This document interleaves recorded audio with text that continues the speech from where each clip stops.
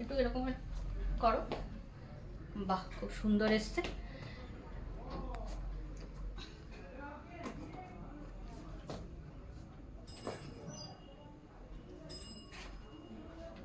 বলো কেমন লেগেছে এবার বলো।